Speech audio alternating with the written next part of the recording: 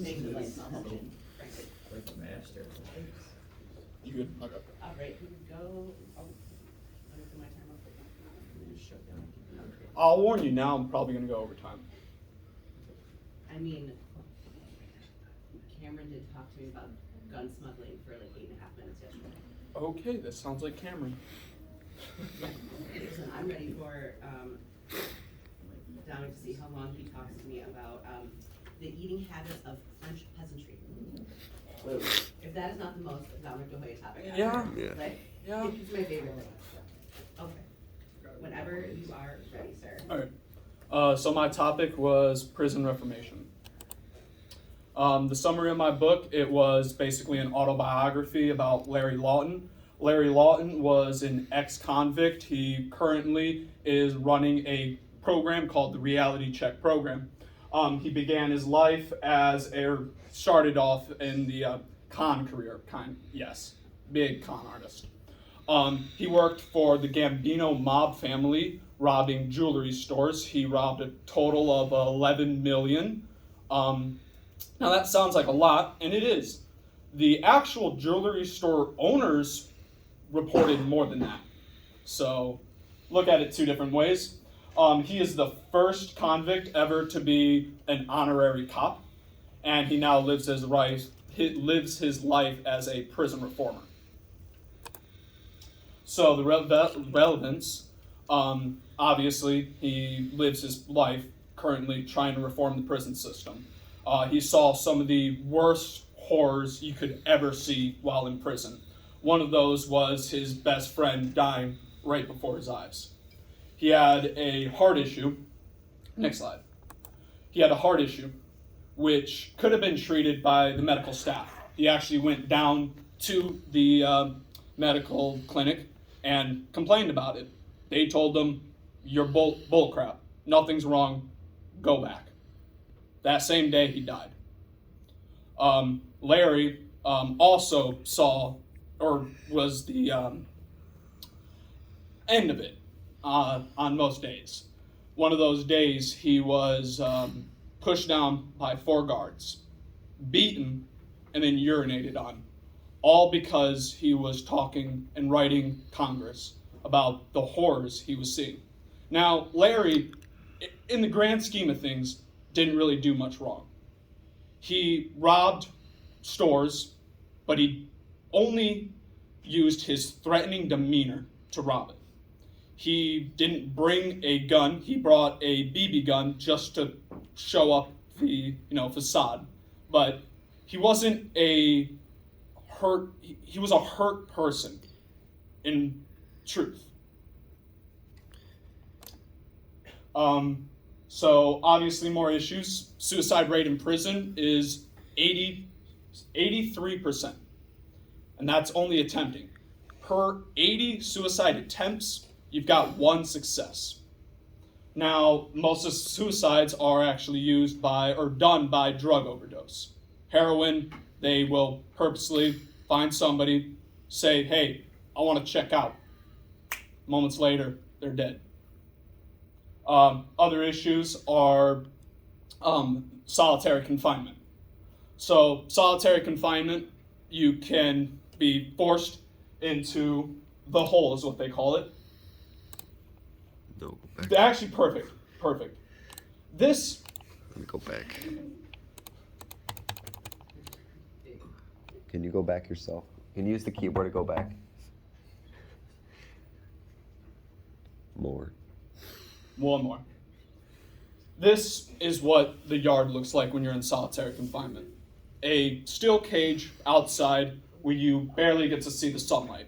Your only social interaction, about 30 minutes each day, is this.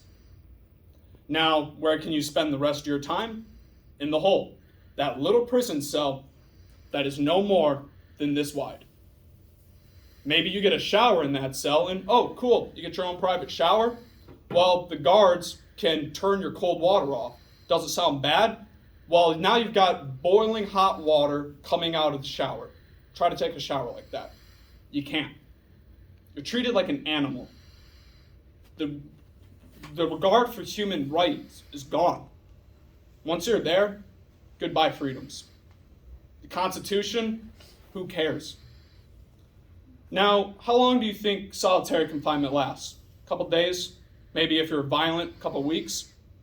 Larry Lawton spent 11 months straight in solitary.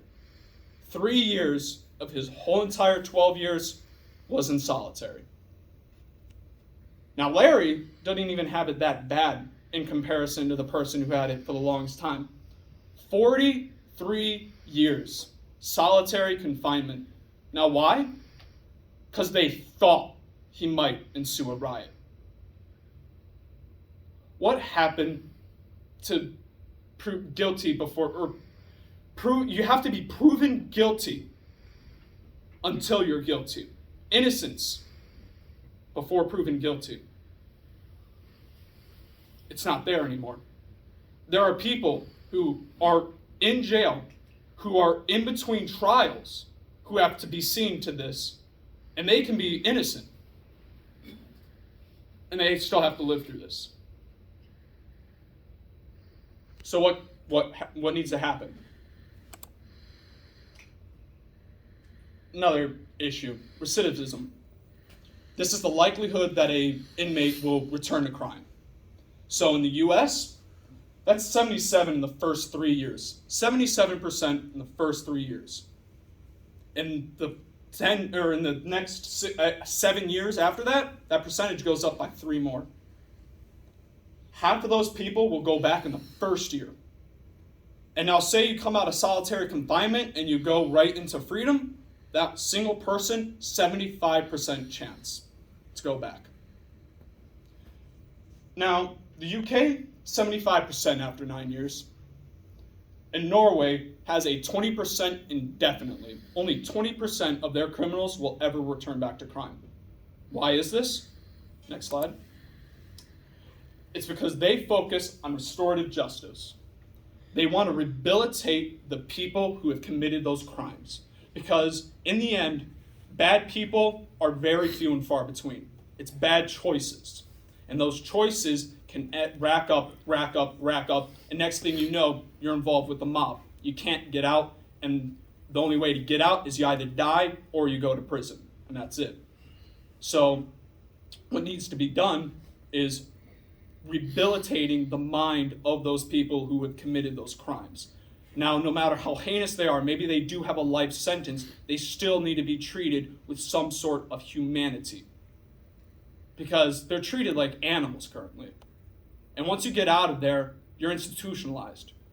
You don't know how to act. You act out. You freak out for the simplest things. Larry Lawton, first time he got out, he went to a Subway and a gas station. He could not make a sandwich. He had to run back into the bus itself and almost broke down because he was given a simple choice. Why is that right? Why do we have a prison system that does this to people? And I don't know. I really don't. But it needs to end.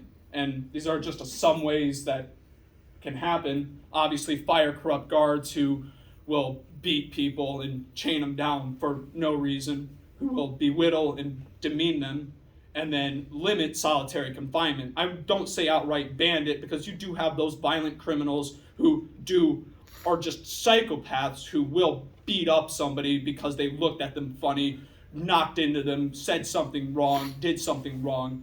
Those people, maybe. But it needs to be a limit. And then, obviously, get people who care. Because that's the only way Larry was actually able to survive. It's those few good guards that made him actually want to succeed and go and change the system. That's it.